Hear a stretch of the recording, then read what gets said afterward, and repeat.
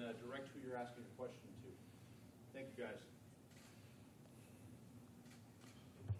Matt Schneidman, Bay Area News Group. Kolton, Coach Gruden has said before, you know, the one hole he felt on the O-line last year was on the right side. You may have to play there.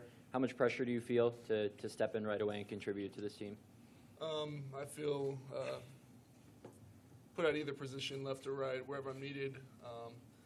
I'm just looking to compete wherever I'm put at and establish myself as a starter.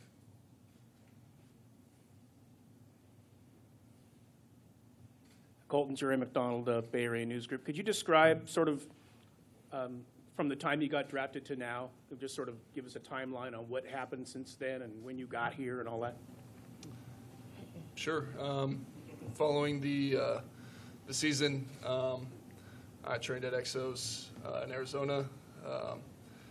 Prepped me for the combine, trained there for 8 weeks. After the combine, I did a number of team visits and was pretty busy then.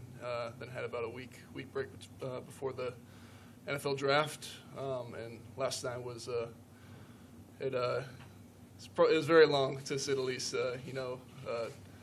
To wait through that, but it was an awesome experience, especially being surrounded by your family, friends, people that have helped you along the way. I felt really blessed to be in that spot. Did you fly a lot of those people to Dallas to be with you for that?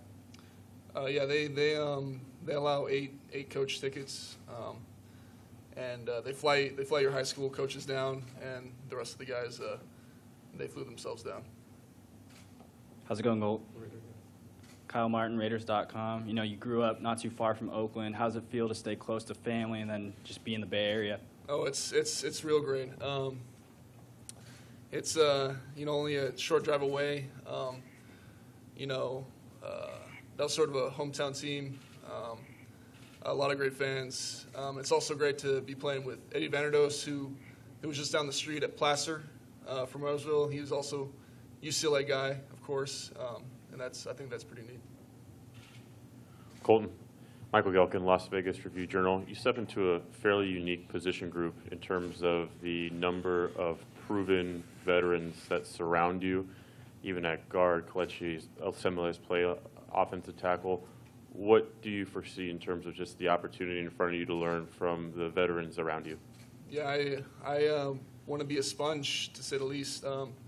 I want to just soak in as much information as I can from them, ask a lot of questions, and I really want to establish that bond between us. I think that will be really important in the future, and I think it'll be huge for my development. I hope to maximize that. Yeah. John, this is Paul Gutierrez from ESPN. What exactly about Kolton appealed to you when you looked at the draft board and you saw that he was still there when it came time for you guys to make that pick? Well, Reggie and I obviously really have a lot of respect for this man's athleticism, number one. He can pass protect.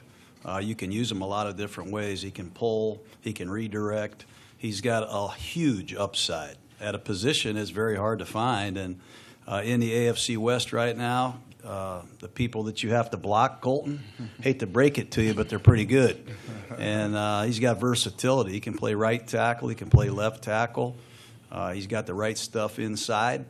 And he's going to be a huge part of our future. And he's playing a position that, like I said, is very hard to find these days.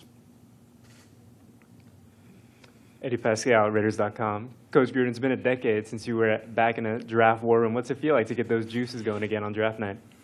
It felt good. It was great. I think Reggie did an outstanding job. I think preparing a new coaching staff with his scouting department, working together with a lot of people for the first time, and at crunch time, making a trade that I think really benefited this football team. We added a outstanding young prospect at left tackle who can also play right tackle, and I think a game-breaking wide receiver that is going to make his presence felt as well.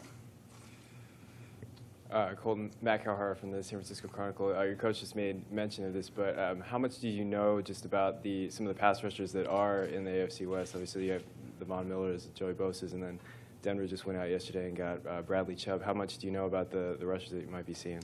I love it. I love the competition. I think it's a great opportunity, especially being at this level. Once you're a tackle, you're kind of part of a club.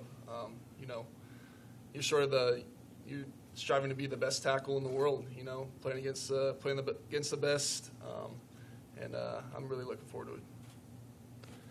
Kolton, Vic Tafer from The Athletic. How would you characterize your season last year? I think I saw somewhere you got off to a slow start, you thought, last year. And how do you think you turned the corner last year, and how would you characterize the whole season? Yeah, switching from the 2016 season from right tackle, starting off the 2017 season, I believe I didn't start where I wanted to.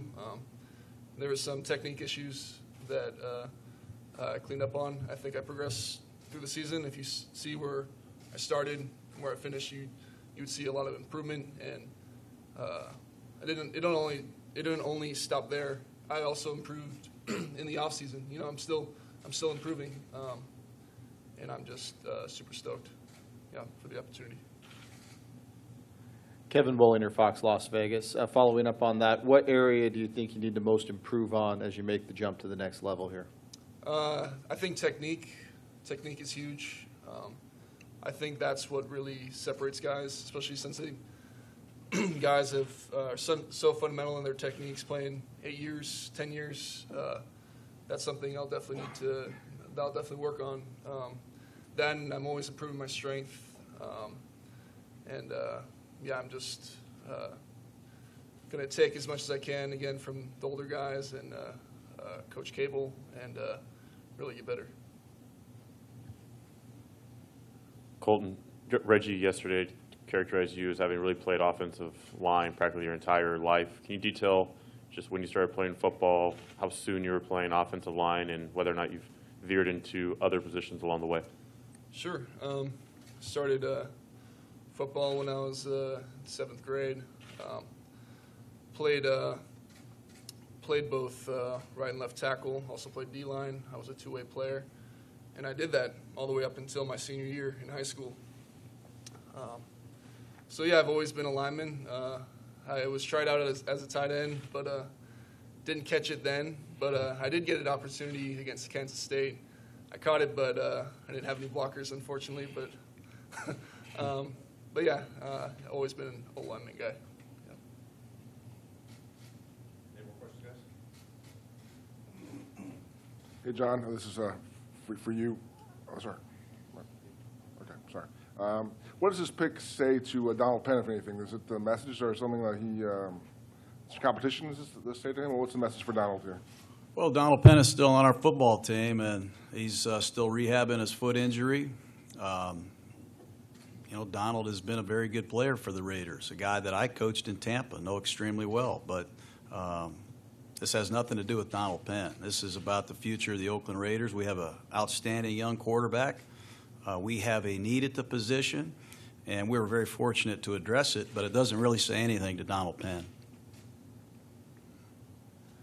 Cole, I'm sure you're aware that the whole draft process is kind of a, nitpicky, tear you down kind of thing at some points.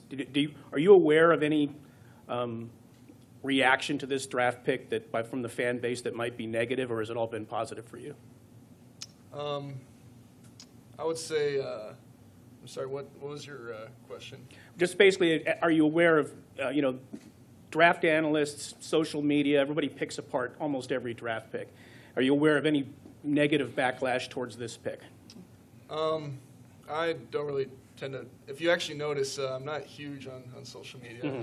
Good for you. There's actually, I think, a guy that impersonated me on Twitter just because I didn't have enough followers. So I don't really pay too much attention.